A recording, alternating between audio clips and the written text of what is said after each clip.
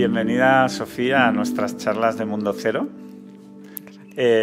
Son unas charlas que estamos intentando hacer para dar voz a gente como vosotros que está impulsando el cambio y acción para hacer un mundo mejor. Y también traemos a expertos en diferentes problemáticas para entender mejor el mundo y que la gente que nos vea pues se anime también a la acción con nosotros. Explico un poco brevemente tu vida. Si me equivoco en algo me lo dices, pero para que la gente te conozca.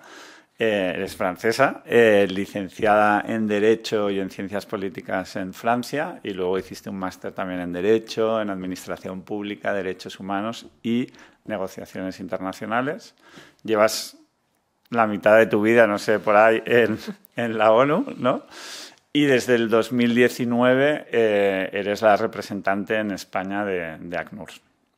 ¿Todo correcto? Todo correcto. Hasta aquí todo bien, ¿no? Todo bien. Para empezar, quería saber si siempre has querido estar vinculada a temas sociales. ¿Qué intereses tenías de niña? Si eso ya viene de fábrica, y luego pues a nivel familiar, si tenías alguna relación a nivel de familia con gente que ya estaba trabajando en esto. Vale, pues muchas gracias por la pregunta y por la oportunidad, ¿no? Sí, yo creo que lo tengo totalmente integrado en el ADN, en la sangre, como la parte social, el hecho de ayudar a los demás es una cosa que tengo de niña. De hecho, a los 7 años me acuerdo que dije a mi madre que quería ser pediatra, que quería cuidar y curar a los niños.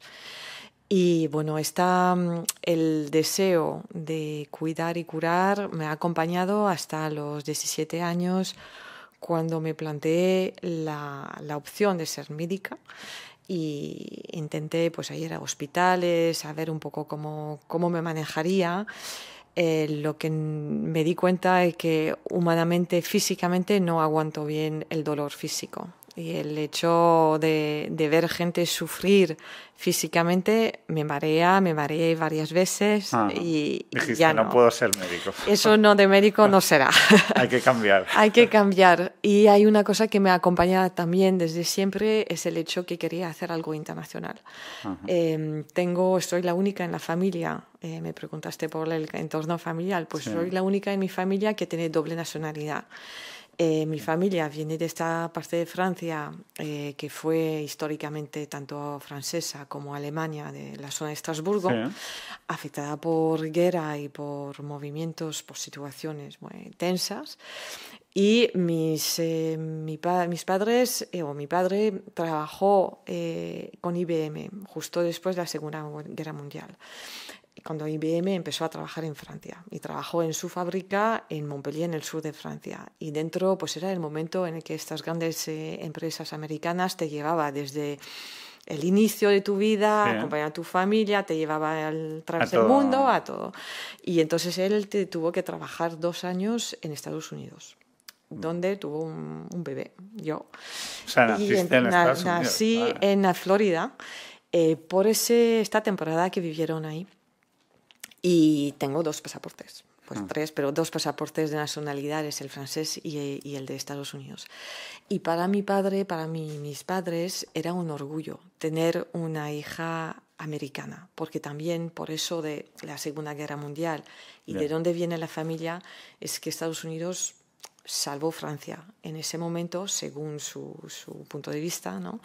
Y entonces para ellos era pues un orgullo realmente. Yeah. Yo lo vivía así, que tenía un cierto papel en la familia de tener estos 2 pasaportes y que tenía que aprender el inglés sí o sí. Entonces me empeñé, en cuanto fuera posible, a aprender el inglés. Y guardando mis dineritos de niña y de adolescente para viajar y estudiar y aprender el inglés más. Entonces, desde los 14 años empecé a hacer viajes acompañados, no acompañados, en familias, haciendo pues mini viajes humanitarios, sí, siendo voluntaria de Cruz Roja en Francia, pero también haciendo actividades humanitarias en Estados Unidos para aprender en inglés. Entonces, todo eso me llevaba a pensar, pues no No iba a ser médica, pero quería hacer algo humanitario a nivel global. Y el sueño de los sueños era trabajar con Naciones Unidas. No era tan claro que fuera con el ámbito del refugiado, pero sí que en la materia humanitaria yo sé que eso es una cosa que me va a acompañar toda mi vida, que sea dentro de mi trabajo o a nivel social, a nivel de ocio, ¿no? Y eso también me quedé muy claro cuando tenía que elegir qué estudiar, ¿no? Si la cosa humanitaria era una cosa de la vida privada o una cosa de toda la vida, y yo lo quería que sea para toda mi vida porque yo sé que no puedo vivir sin él. Entonces lo quería hacer pues más de un trabajo, pues el sentido de mi vida. Que eso, bueno, lleva su complejidad. Su propósito de vida. pero es así y bueno, pues tengo mucha suerte haber podido llegar, ¿no?, a esa meta de trabajar con Naciones Unidas, ahora con ACNUR, desde 22 años y a ver dónde me lleva. Y ACNUR, para la gente que no lo sabe, brevemente, ¿qué es lo que hace? Bueno, el ACNUR es la Agencia de Naciones Unidas para los Refugiados. Tiene un mandato más amplio que el de refugiados. Trabaja para velar a la protección y a soluciones de personas refugiadas, pero también de personas apátridas. Poco a poco este mandato ha venido creciendo para que personas que necesitan una cierta protección, una protección que no les da su país. Entonces, incluso situación de desplazamiento interno, un país en conflicto, en el que pues una población tiene que moverse de un lugar dentro del mismo país a otro lugar donde hay más seguridad, hay más protección también de la policía, del sistema de justicia, pues eso también, su protección es bajo el mandato de ACNUR.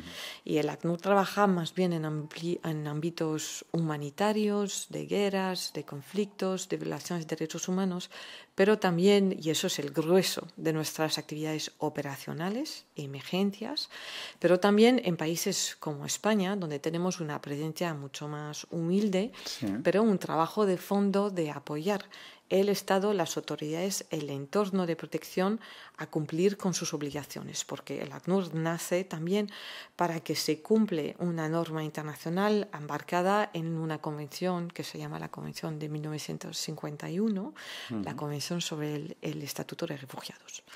Y entonces eso, pues el ACNUR está ahí para que se cumple. Y en cada país, entiendo que... En todos los países del mundo. Incluso cuando un país no es miembro, no ha firmado la convención, hay un principio que va más allá de la convención, sin entrar en teoría jurídica, pero es del ámbito de jus cogens, de la doctrina, de la costumbre internacional, que es el principio de non-refoulement. Y entonces ese principio dice que una persona que quiere pedir asilo no puede estar devuelto a su país de origen, porque se supone que estaría en riesgo en su país de origen. Y entonces ese principio obliga a los estados a no retornar una persona que pide asilo a su país de origen. Y es un principio que no va más allá de la convención. Es de costumbre internacional, es una obligación internacional para todos los países. Y entonces ACNUR pues está ahí para velar, para vigilar que se cumple y ayudar para que se cumple. También proporcionar herramientas prácticas, porque el mundo de hoy es un mundo muy, muy complejo y para cumplir con estas obligaciones, con ese derecho, pues no es fácil. Entonces, primero ayudamos, vamos a sentarnos con las autoridades a ver qué recursos, qué medidas, qué doctrina podemos ofrecer para agilizar que se puede cumplir con las normas internacionales.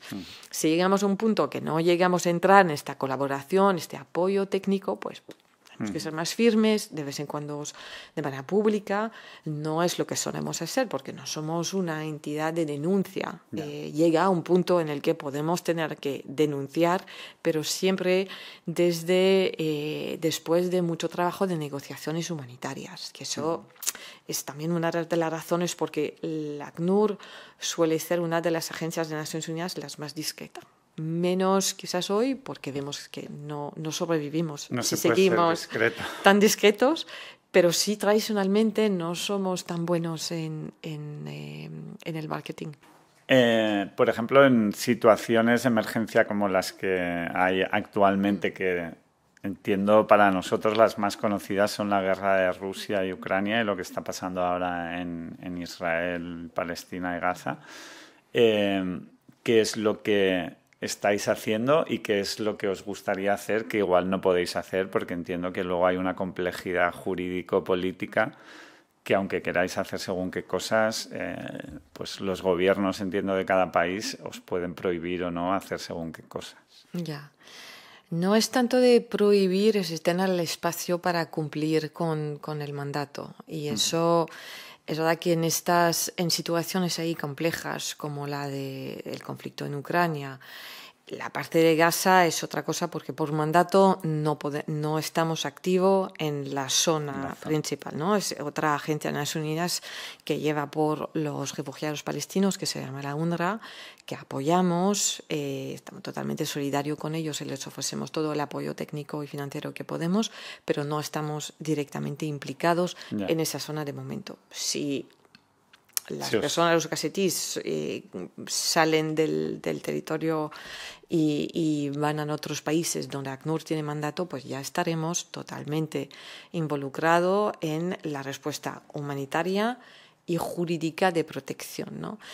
En el conflicto de Ucrania, pues la primera intervención es una intervención interna, porque sí que el conflicto inicialmente genera desplazados internos y entonces pues vamos a estar presente en el país, en Ucrania, para ver pues si personas que huyen de una parte del país a otro tienen acceso a servicios, si no están perjudicados por haber sido desplazados, y apoyar la respuesta humanitaria, es decir, pues a acompañarnos de actores, de ONGs, para dar pues una acogida, para facilitar, pues en Ucrania hemos hecho mucho de cash intervention, es decir, pues apoyo financiero, vale, distribución de dinero, porque en un país como Ucrania, al inicio de la guerra, como mínimo era posible, pues los servicios existían, más bien que las personas que habían huido y perdido todo, pues no tenían.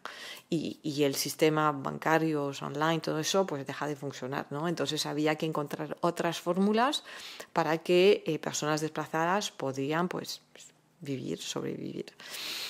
La otra intervención inmediata es asegurar que las fronteras se mantienen abiertas. Y eso es más complejo. En general, sí que se puede. Es decir, pues el ACNUR ya vela, recomienda, apoya los países fronterizos para que no se agobian y cerren su frontera, ¿no? Entonces, el trabajo que venimos haciendo, por ejemplo, en Polonia, inmediatamente preposicionarnos, a ayudar, a asegurar que estamos trabajando en red, porque el ACNUR a lo mejor no es el actor que puede estar haciendo todo, pero va a canalizar y catalizar el apoyo para que, si viene un número muy muy alto de personas refugiadas a la vez en muy poco tiempo, pues el país receptor no se agobie por falta de recursos y la población no se agobie y rechace, porque si no, pues genera cierre de frontera y refoulement, como lo hablamos.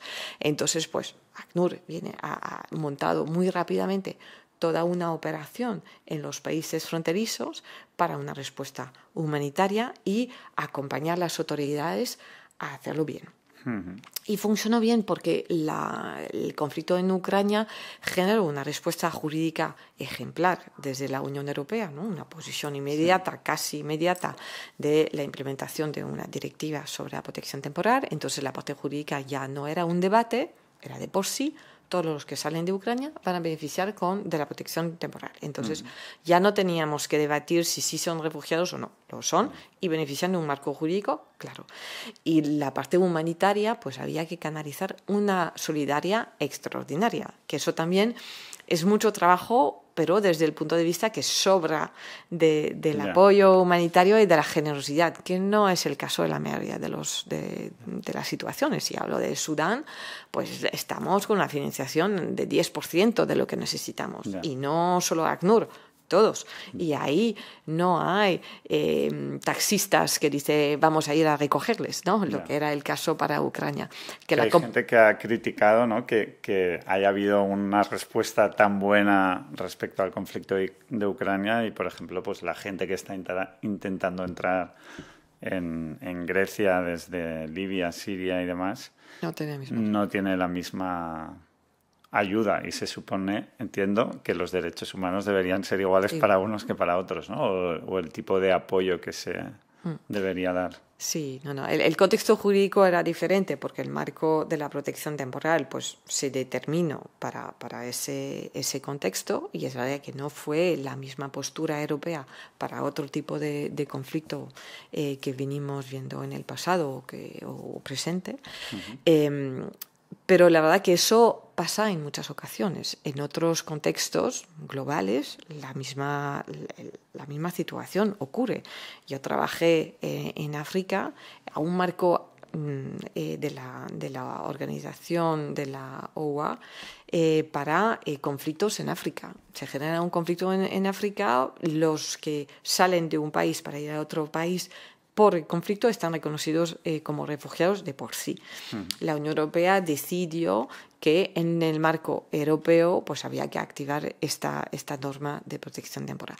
Lo que nosotros decimos desde ACNUR en su tiempo y que seguimos diciendo es que la situación requiere una posición inmediata y está bien que lo sea. Lo que no puede ocurrir es que refugiados, una vez reconocidos, tengan derechos diferentes en el país de asilo. Entonces sí que venimos después mirando cómo entre un refugiado reconocido de Sudán en España o un refugiado ucraniano van a tener cuál es su situación de derecho. Es totalmente cierto que la solidaridad fue diferente. Y eso desde la propia sociedad civil, no solo a nivel estatal, no solo a nivel institucional, pero la generalidad. Entonces, ahí tenemos un trabajo todos colectivamente que hacer en esta reflexión. Que igual la diferencia de la sociedad civil también es cómo se nos vende, ¿no? Eso. La historia, porque hace que luego igual la gente diga, pues sí, vamos a ayudar. Sí. Y el conflicto de Ucrania es tan cerca de la realidad europea de hoy, es la realidad europea de hoy, es la realidad geopolítica de hoy, es la realidad socioeconómica de Europa de hoy, entonces afecta emocionalmente a todos niveles, ¿no? Yeah. Y crea, yo cuando escucho a las autoridades europeas, hasta escuchándoles pues hace poco tiempo, la comisaria Johansson vino a España y estábamos hablando en público del apoyo a Mauritania, ¿no? Desde la Unión Europea. Ella dijo claramente que Mauritania es un país prioritario, no solo porque tiene una relación histórica con España y tiene una importancia hoy, también porque hay muchas llegadas desde el Sahel, sí, pero también porque Mauritania juega un papel estratégico de cara a Rusia. Entonces sí que este conflicto europeo afecta mucho, en muchos ámbitos, y ha creado una cierta inseguridad en Europa, una inseguridad geopolítica, una inseguridad de defensa, ¿no? Al momento de pensar, bueno, ¿cuál es la europea de hoy? Entonces creo que eso generó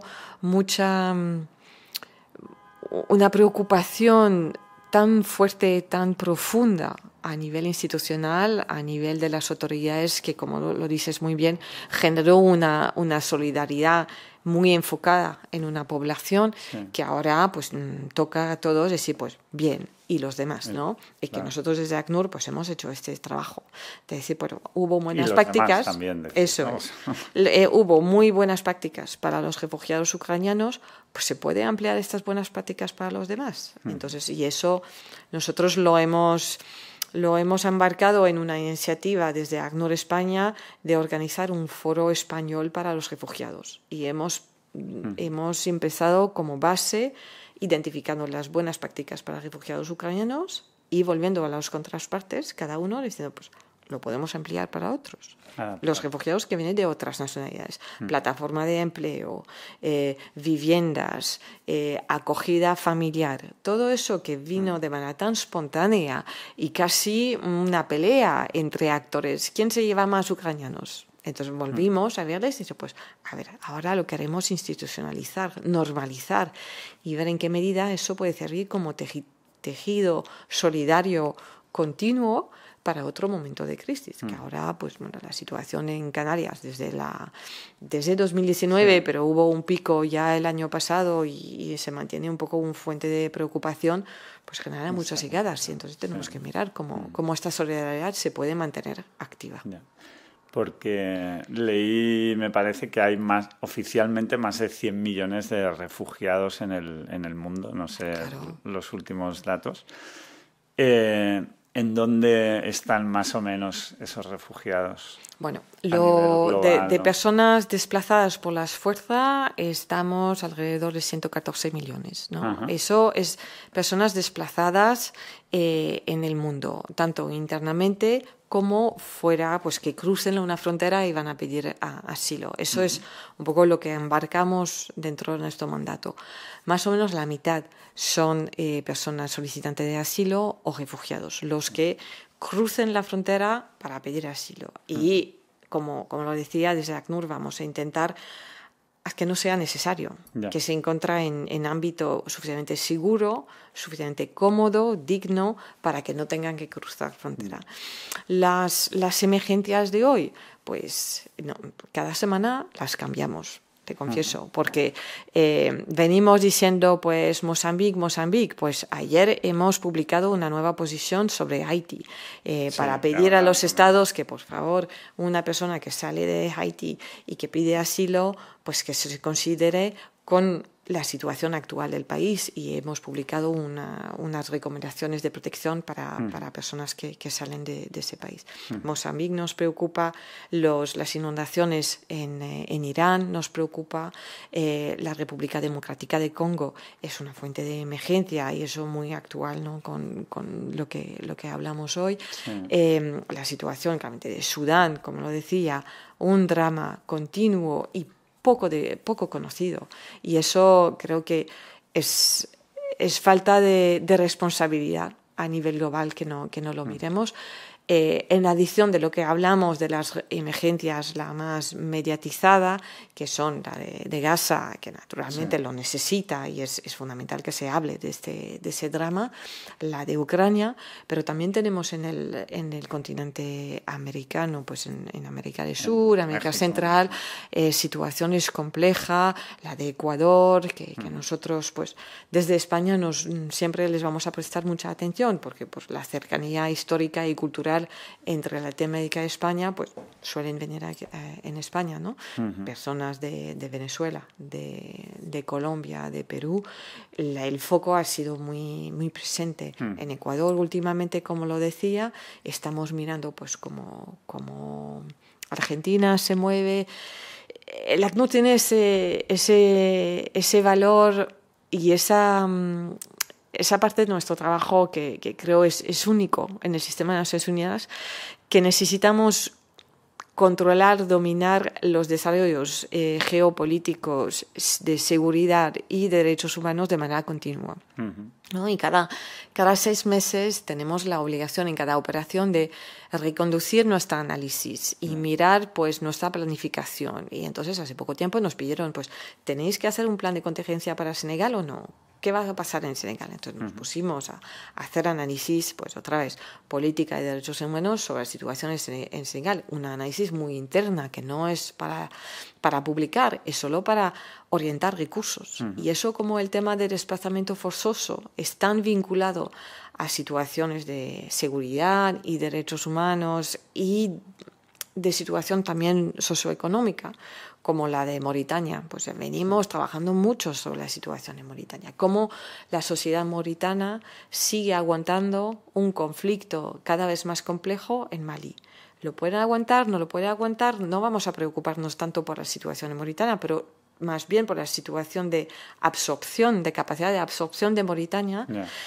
¿Hasta qué punto les podemos ayudar y llamar a otros para ayudarles, para que no se desborde y para que no se le desequilibre su propia situación interna? Porque eso es lo que puede producir una situación regional, ¿no? Dentro de un país importante como Mali, de población y de tamaño, que está en una situación tal y como es, pues puede llegar a destabilizar otros países fronterizos, por la salida de su población, por situaciones de guerra. Entonces, dentro de ACNUR tenemos que mirar todos esos elementos geopolíticos, de seguridad, de derechos humanos, socioeconómicos. Se suma el cambio climático. Si hablamos de Mauritania, pues la zona fronteriza con Mali está muy afectada por el cambio climático, por la sequía, y eso genera que el trabajo humanitario que se puede hacer ahí es muy difícil, y las poblaciones que vienen con, eso no sé cuál es la palabra española, con sus animales, pero tiene una palabra mejor que animales.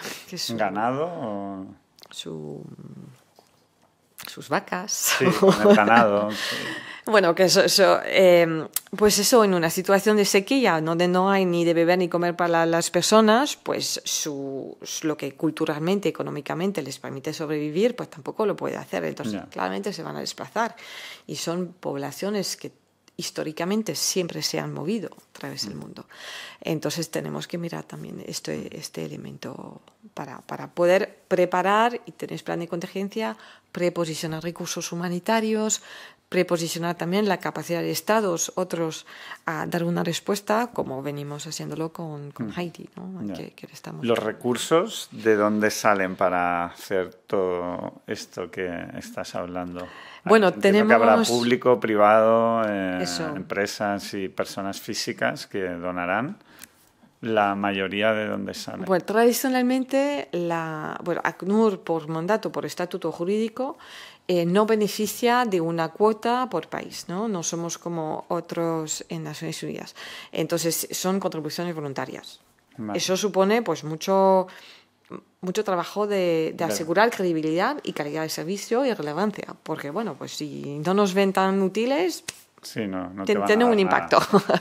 Tenemos solo un 4% de nuestro presupuesto, quizás ahora menos, que viene desde el secretario, desde Naciones Unidas, desde sede. Y cada vez más recibimos contribuciones voluntarias desde el privado y desde empresas. Por ejemplo, la Sociedad Civil Española es el donante privado el más importante al ACNUR a nivel global. No per cápita, pero a nivel global, ¿no? Es el número 8, donante a nivel global. Entonces, Estados Unidos, Unión Europea, Japón, Alemania, 8, la población española. Eso también, para nuestro trabajo en un país hace que el entorno en el que nosotros hemos podido trabajar y venimos trabajando, a mí me ha llamado mucha la atención cuando llegué y que me presentó y sigo presentándome a nuevas autoridades o contrapartes. Sí, soy socio de ACNUR. Eso no pasa en la mayoría de los países. Al ACNUR, como decías, solemos ser bastante discretos y no tenemos así no se conoce por las personas. Pues en España sí, porque tenemos aquí en España también existe una asociación que se llama España con ACNUR, que genera todo el trabajo de sensibilización y de captación de fondos privados, tanto con personas que con empresas. Y hacen un trabajo enorme y de muy buena calidad, porque somos conocidos y reconocidos. Entonces eso facilita después lo que nosotros, desde un pequeño equipo de 43 personas como ACNUR España, pues podemos hacer, porque ya hay una sensibilización conseguida, y el reconocimiento desde la sociedad civil española que la solidaridad internacional es importante. Y entiendo que has estado algún año antes de estar aquí en España, has estado en campo, trabajando no tanto desde Europa, sino allí, ¿no? Estuviste en Burundi. Sí. ¿Cómo fue o cómo es la experiencia de estar en campo versus estar aquí en una oficina, ¿no? Bueno. Entiendo que a nivel emocional te tiene que afectar mucho más verlo en directo que por noticias. Claro. Bueno, en España estamos, creo que, mi deseo era que estemos más presentes en el terreno español, que de hecho tenemos presencia en Melilla, en Ceuta, en Canarias, en Málaga, y hemos reforzado mucho lo que llamamos Community-Based Protection, es decir, el contacto con las comunidades, que creo que incluso desde una presencia más pequeña y menos operativa, pues el contacto con las personas bajo nuestro mandato es fundamental para tomar en cuenta su opinión y sus necesidades. Pero sí, en lo que os contaba, ¿no? Del inicio del sueño, llegar al terreno no ha sido fácil, fíjate. Yo lo quería de toda la vida, pero bueno, y estudié para eso. Era como, estudié Derecho, pero no para estudiar Derecho. Ya. Era para trabajar con las Naciones Unidas. Que tenías que haber sido médico y así hubiera sido antes, ¿no?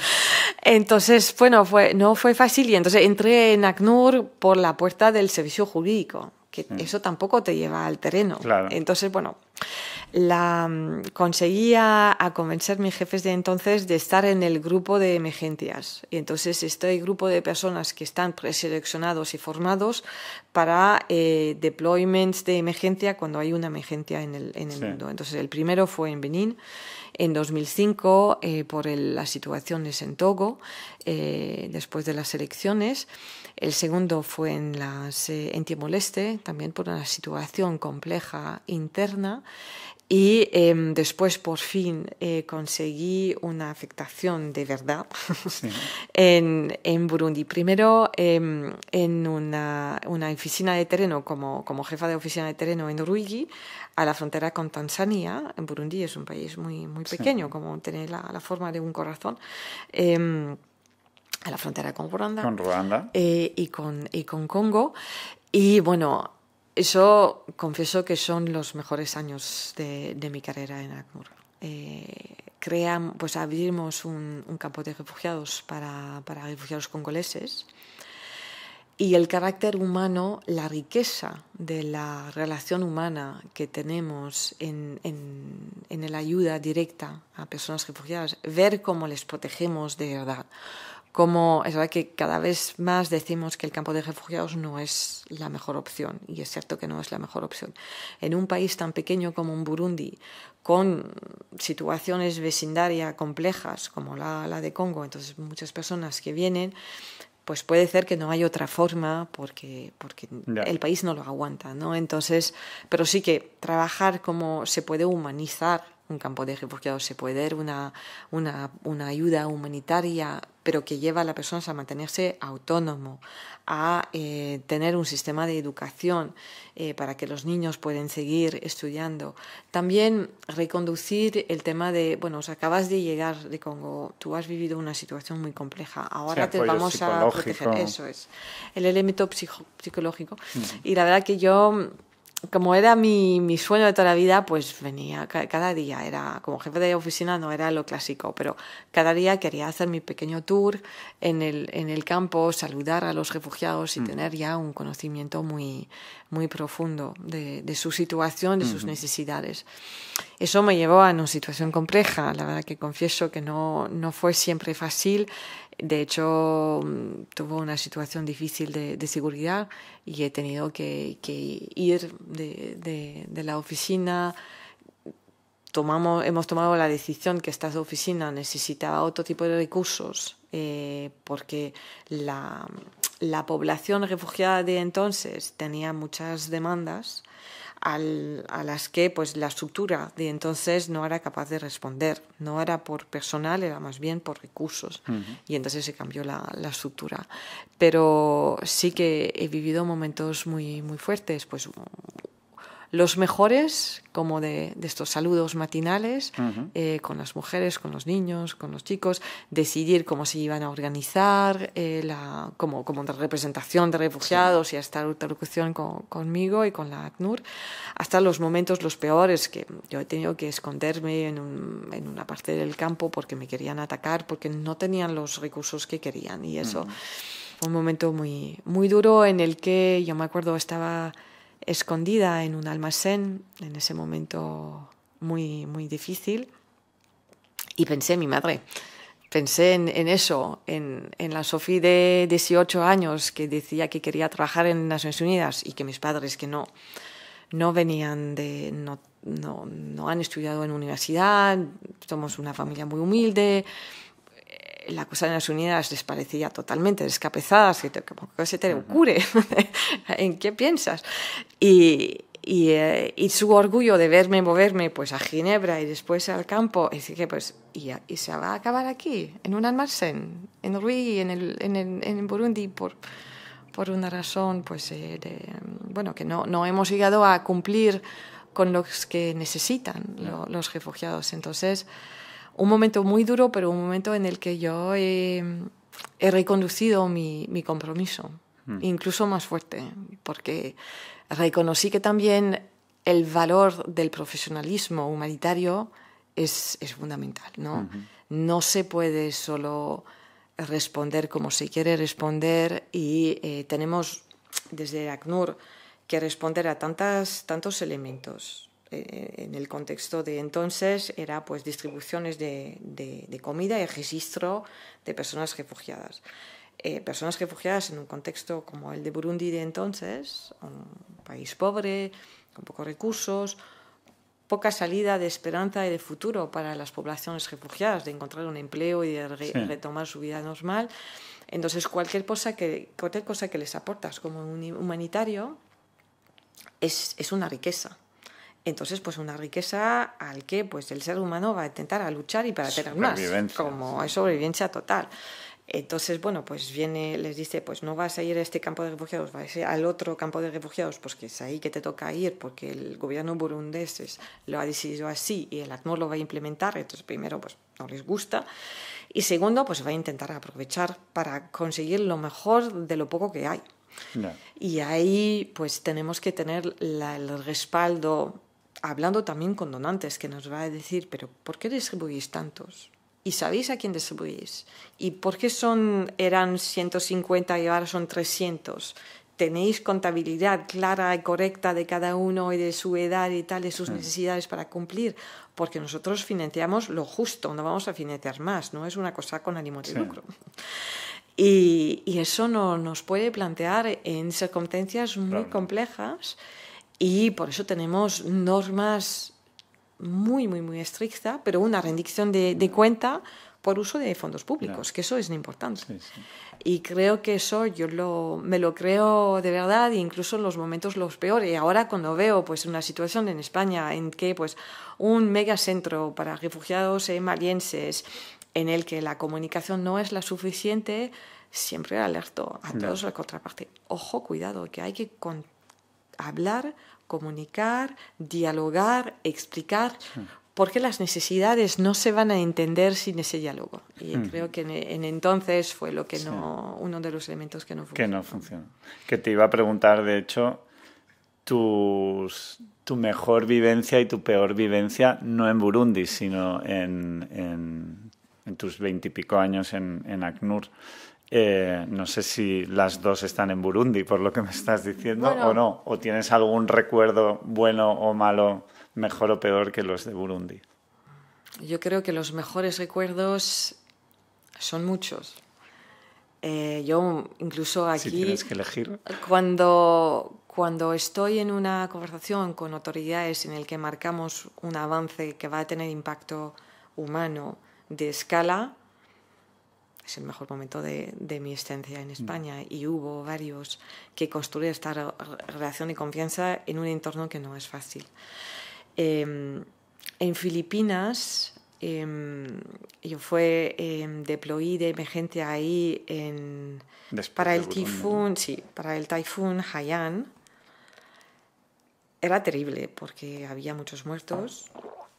Yo fui en Manila de coordinadora de clase de protección y el trabajo de terreno era muy impactante porque los sacos de body sacks, los sacos de cuerpos no sé, de personas muertas seguían por las calles porque la cosa de emergencia es ir inmediatamente cuando las necesidades son las más altas. Yeah.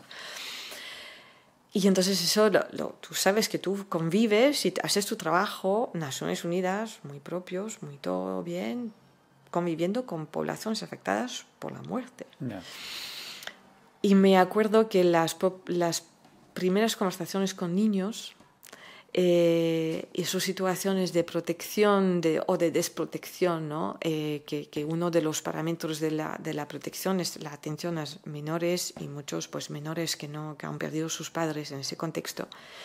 Eran conversaciones muy emocionantes, pero de mucha esperanza. Y es verdad que el trabajo con niños refugiados es un trabajo duro, pero muy gratificante. Entonces sí que me acuerdo estas conversaciones con niños en la playa en Filipinas, se agruparon y empezamos una conversación muy sencilla de qué tal, cómo vas, y qué ha pasado, y qué vamos a hacer.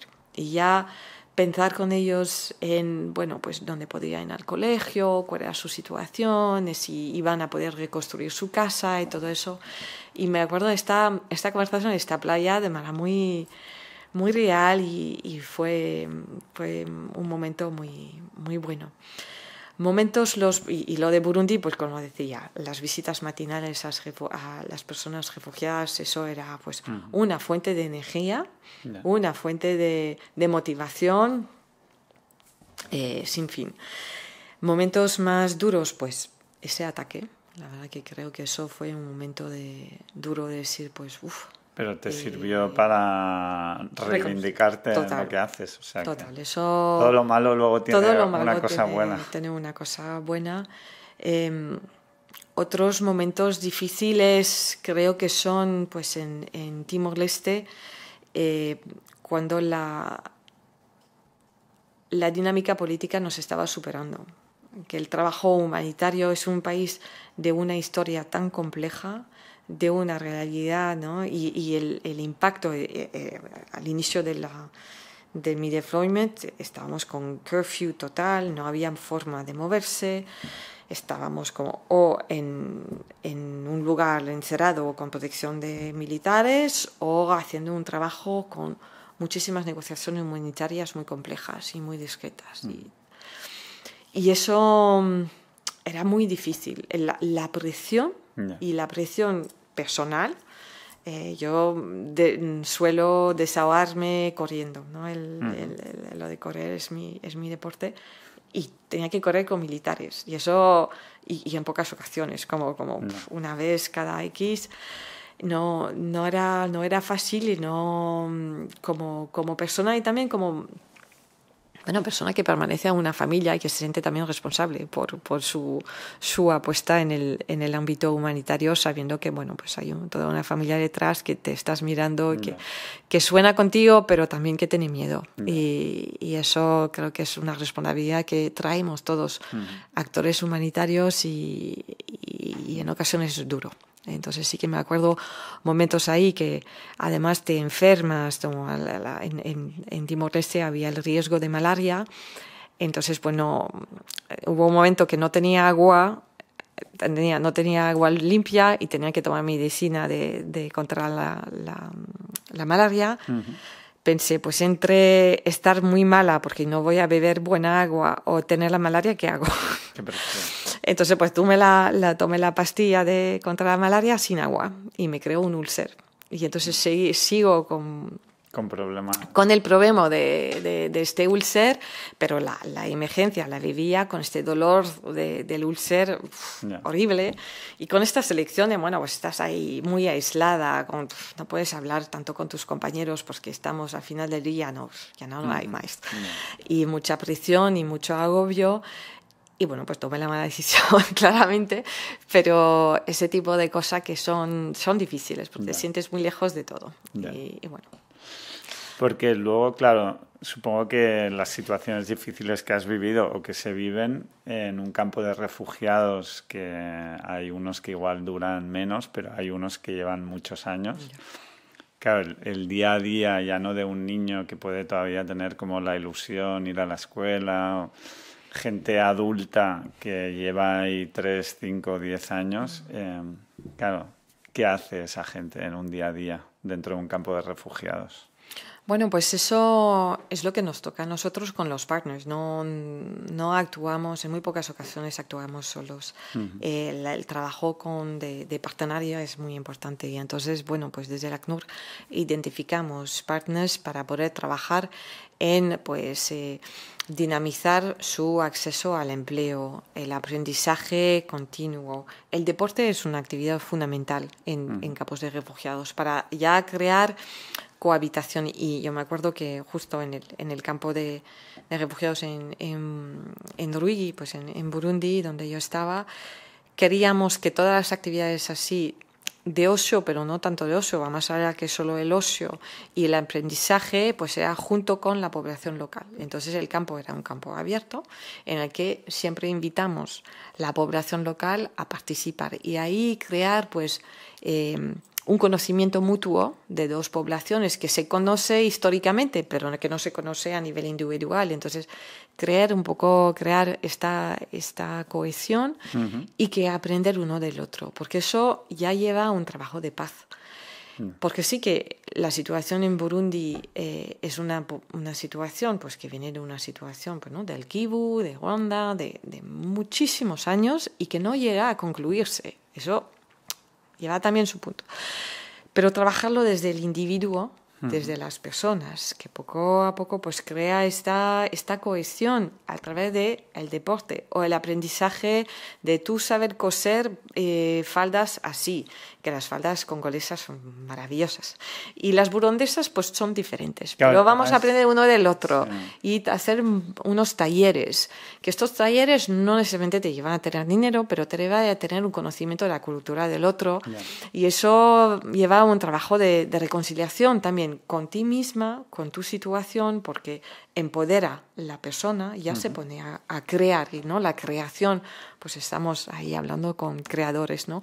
Entonces el tema de la creación pues te genera autoestima, te genera pues voluntades y sacar adelante, y entonces pues eso es un trabajo de reconciliación y de soluciones muy importante. Y desde ACNUR lo tenemos claro que las soluciones se trabajan desde el minuto cero de la emergencia. No es que vamos a pensar en el futuro después de X años en el campo de refugiados. No.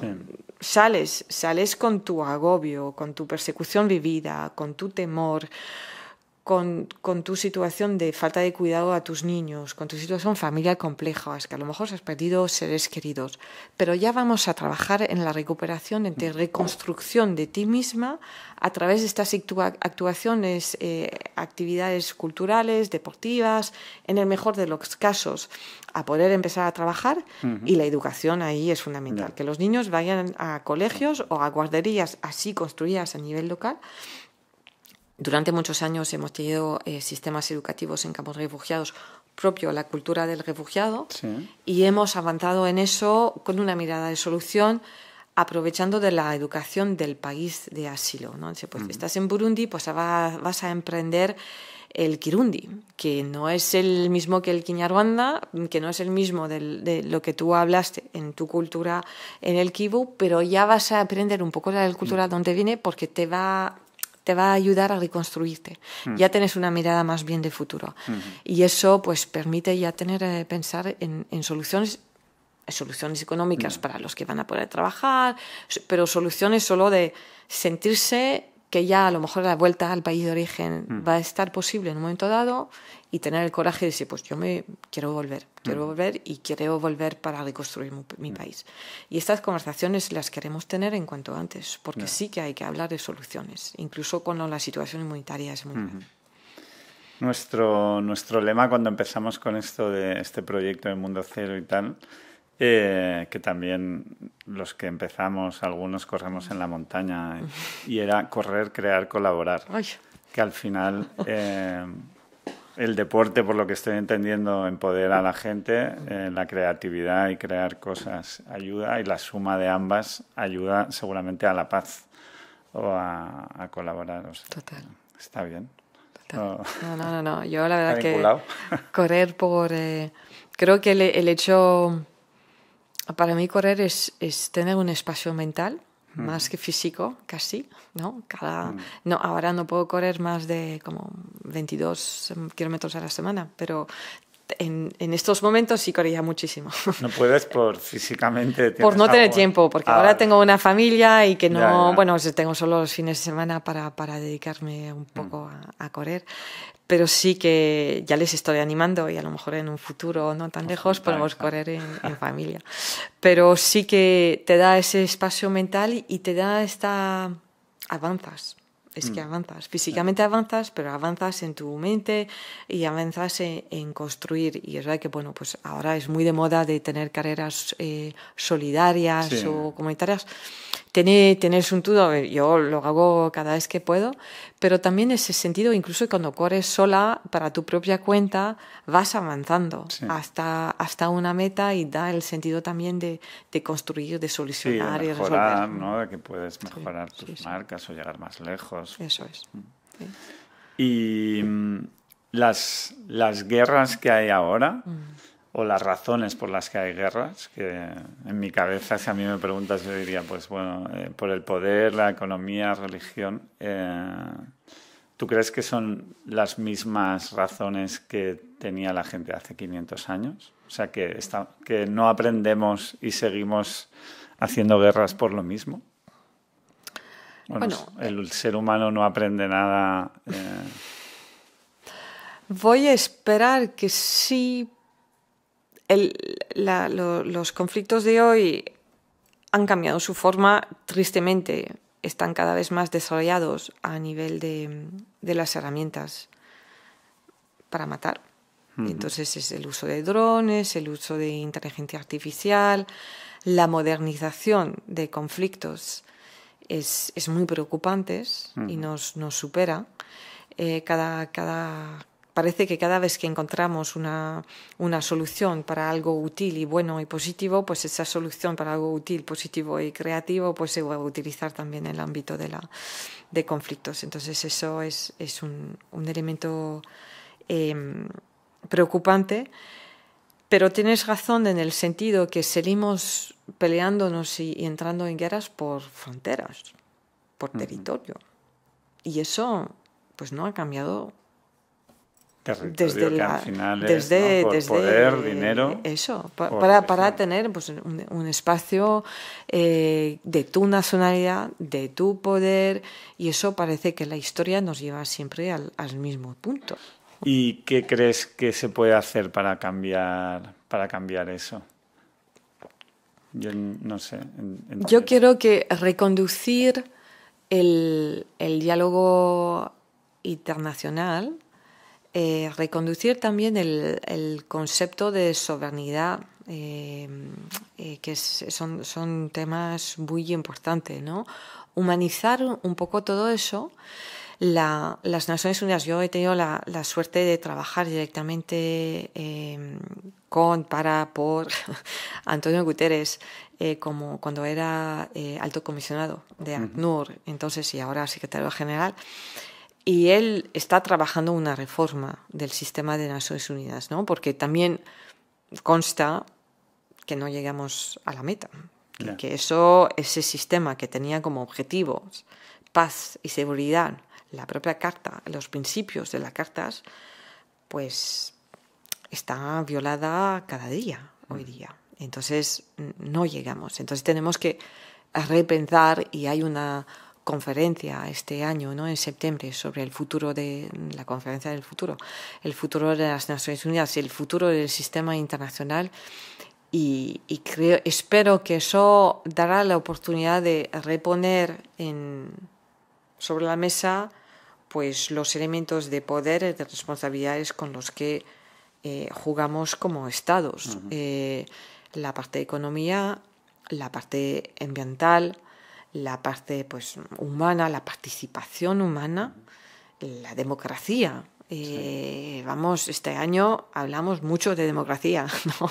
Hay elecciones por todo el mundo, no hay todas las regiones están en un momento electoral muy importante. Claro, porque entiendo que los civiles, en teoría, podemos cambiar las cosas. Es eso. Porque el voto en países al menos democráticos puede hacer que gane una persona u otra y que haya más o menos guerra en base a eso. Y es ahí que creo que con el liderazgo de Antonio Guterres, y nosotros lo tenemos muy integrado en ACNUR, el elemento participativo de la sociedad, de los actores, de las personas por y para quien trabajamos, desde el ámbito de ACNUR, pues las personas bajo nuestro mandato, y de hecho nos han elegido como líder, ¿no? en el ámbito del participativo, en la reforma de Naciones Unidas, es un punto que queremos hacer avanzar, y es ahí que tenemos que llegar. Porque sí que cuando tenemos una sociedad civil como la española, generosa, voluntaria, solidaria, y que tiene una mirada hasta su alrededor, no para pelearse, sino para construir, pues hay que escucharle. Y la democracia ahí tiene un papel vital. Lo que pasa es que además de participativo, que por lo que dices en España parece que está en el lado del bien, no lo sé, o al menos en su mayoría, igual en otros países no está ahí. Entonces entiendo que más allá de promover la participación, habría que conseguir reeducar a los civiles en ser más empáticos con el resto de los seres humanos. Y es el rol que tenéis vosotros, la comunicación, la prensa. ¿Y qué más se puede hacer o qué puedes proponer tú a un civil como yo o a un civil como yo que esté en Estados Unidos y ahora esté pensando,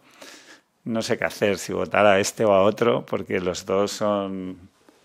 Vale. Ni chicha ni limona.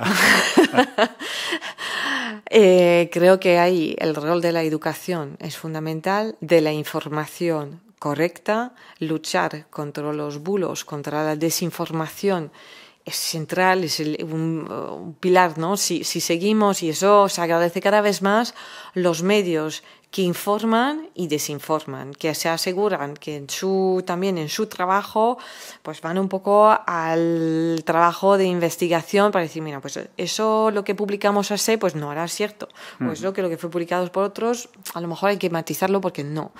Ese trabajo de reconducir una realidad concreta en base a hechos, en base a datos, que es otro trabajo que dentro de las Naciones Unidas queremos reforzar, es fundamental, porque sí que lo triste de situaciones políticas tan complejas como la pues de muchos países que van a entrar en momento electoral este año, que ya están es la desinformación y la falta de educación. Entonces yo creo que, yo después de estar aquí voy al colegio de mi niña para hablar de refugiados. Porque creo que empezamos ahí, como yo lo tenía tan integrado a 7 años, pues espero que podemos poner un poco de semillas en la mente de los niños para que vienen creciendo con esta semilla. Pero luchar contra la desinformación, trabajar con datos, que medios de comunicación o que artistas pues siguen difundiendo información correcta y equilibrada. No solo correcta, pero también tomar en cuenta por qué no se habla de Sudán. ¿Por qué la información sobre Sudán no llega? ¿Por qué hay un desinterés? ¿No? Y tocar un poco esa parte humana y no siempre ir a lo que funciona mejor, pero lo que debería funcionar mejor, ¿no? Esta responsabilidad colectiva que tenemos que tener, y creo que para el ciudadano que somos todos, pues aprender, conocer, documentarse y ya ir como ser, dentro de su familia, de su entorno social, ir como compartiendo estas opiniones y participar a la vida cívica. Cívica. Cívica. Sí. Es muy importante, porque tiene que venir de ahí. Porque al final la excusa siempre será una excusa política, pero también será una solución. Entonces, por tanto, solución que debería hacer, pues hay que motivarla. Y ahí cada uno de nosotros tenemos un rol fundamental. Y nosotros, como ACNUR, pues aportar los datos, aportar la información correcta desde el ámbito de la neutralidad que nos toca desde Naciones Unidas.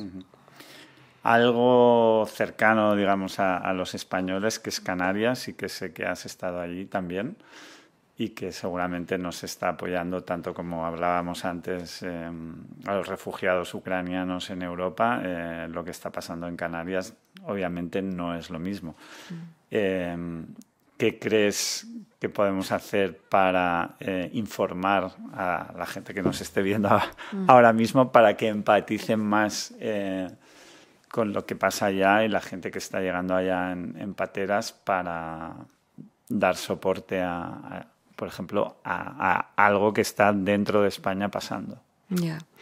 Bueno, yo creo que primero hay que empezar por conocer de dónde vienen estas personas y concienciarse sobre el hecho que son guerras, conflictos, situaciones de persecuciones reales. La situación en Malí es una situación muy compleja en el que países europeos han salido de Malí porque la seguridad es muy difícil y su situación de presión externa dentro del propio país genera una situación de descontrol, de subida del yihadismo, de subida del terrorismo. Entonces, en algunas partes, en otras partes menos. Entonces, un país que está en una situación muy, muy compleja, de las que salen personas que necesitan una protección porque el país propio no les puede asegurar esta protección.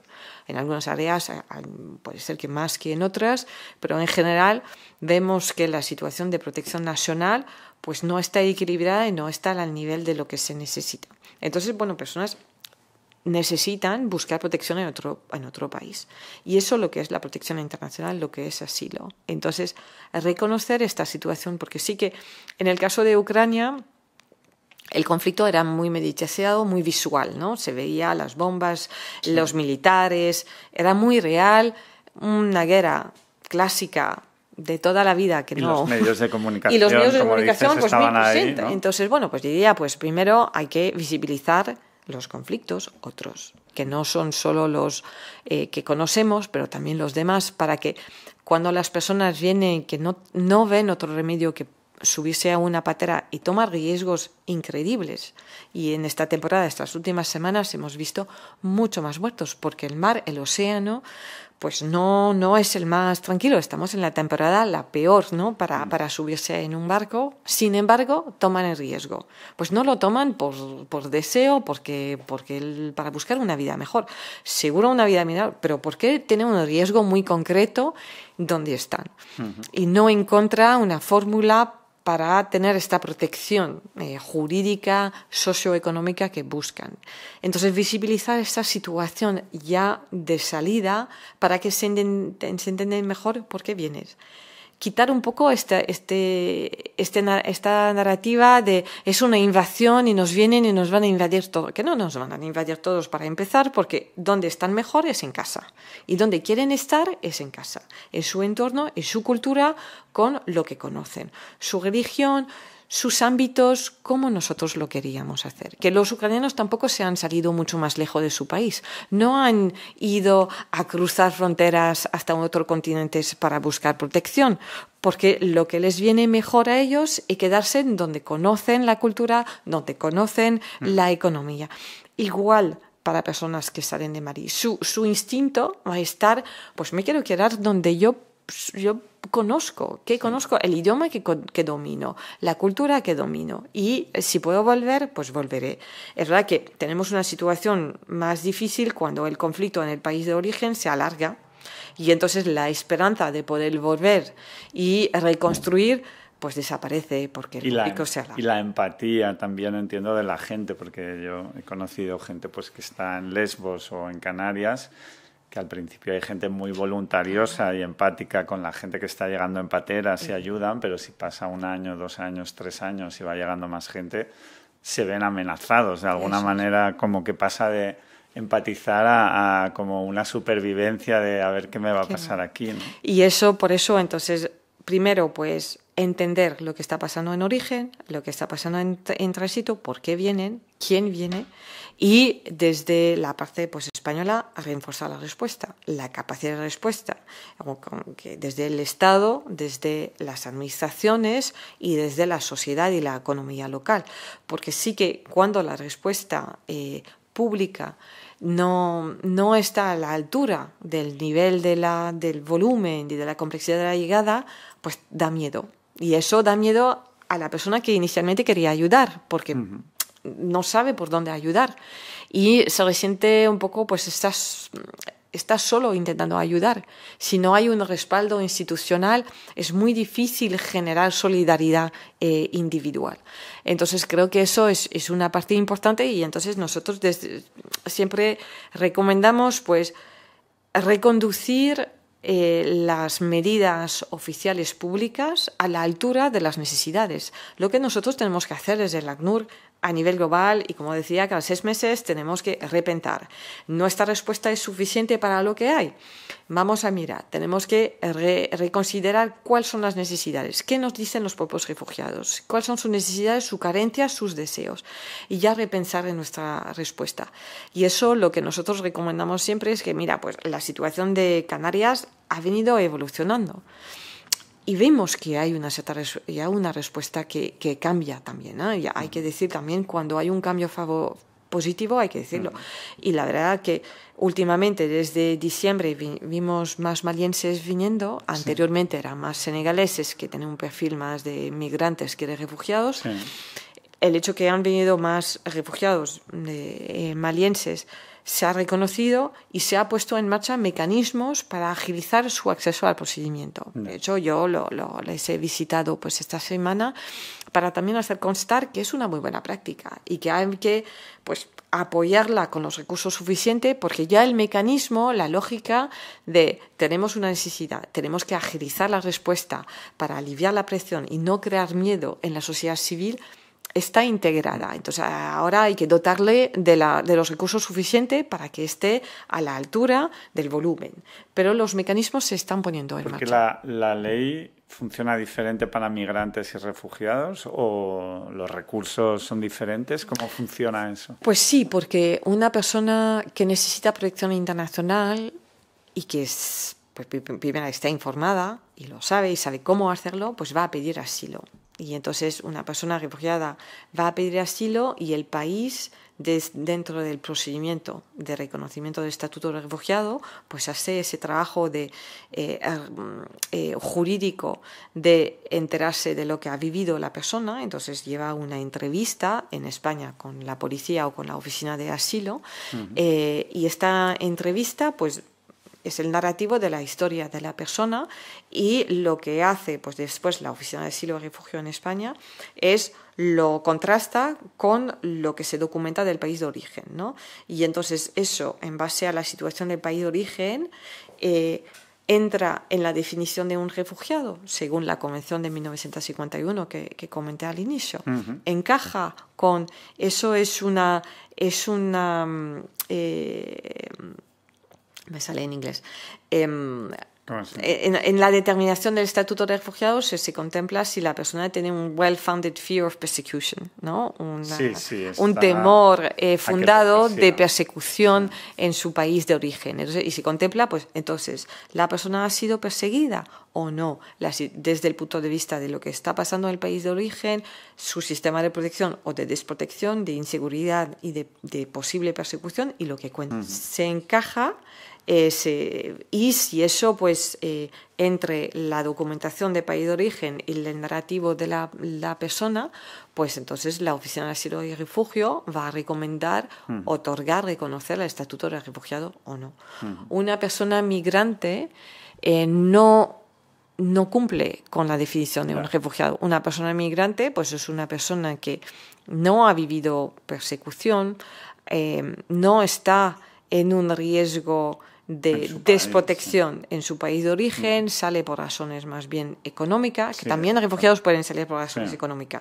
Muchos refugiados van a venir diciendo, pues necesitamos trabajar. Claro que necesitan trabajar, porque no quieren estar ahí sentaditos y no hacer nada. Quieren estar y trabajar. Pero la razón por qué han salido no es la misma de un migrante que ha salido más bien por razones económicas que de un refugiado que ha salido por desprotección, por una guerra o por una persecución.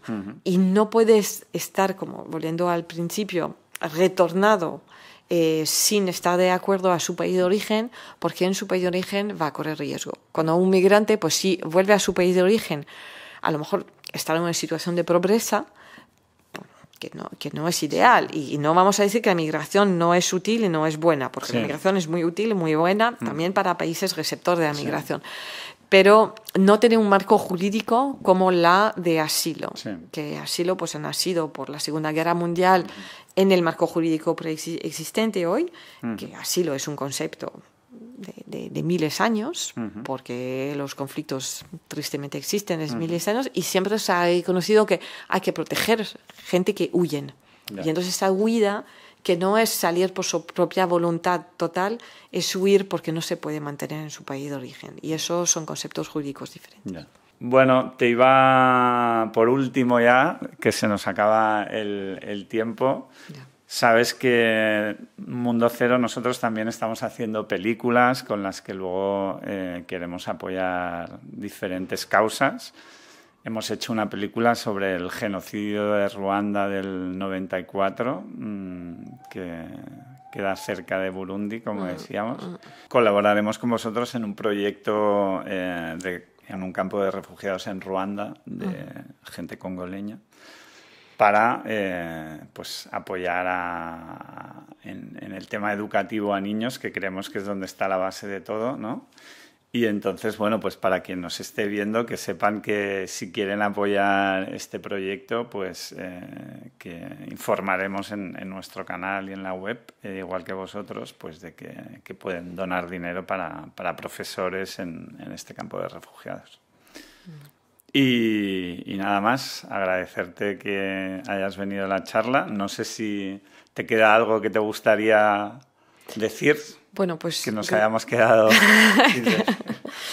No, que hemos dicho muchas cosas y se agradece mucho el espacio.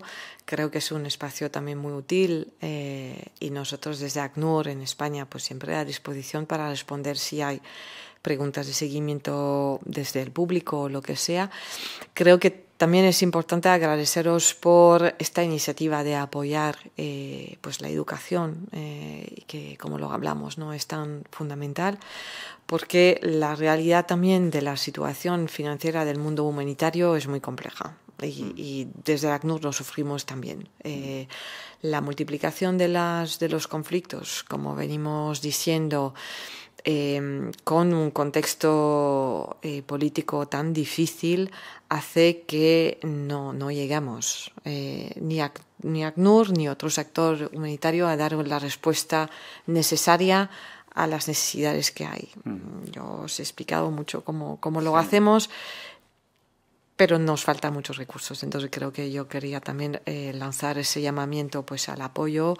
Gracias a vosotros por la visibilidad, pero también por ese proyecto tan concreto que nos va a permitir, ¿no? También pues a los que nos escuchan pues ayudar concretamente en algo, y a nosotros a seguir implementando en esta área tan importante y que yo tengo muy cerca de mi corazón. Gracias. Pues seguiremos comunicando y animando a la gente a que se meta a la acción. Muchas gracias. Gracias.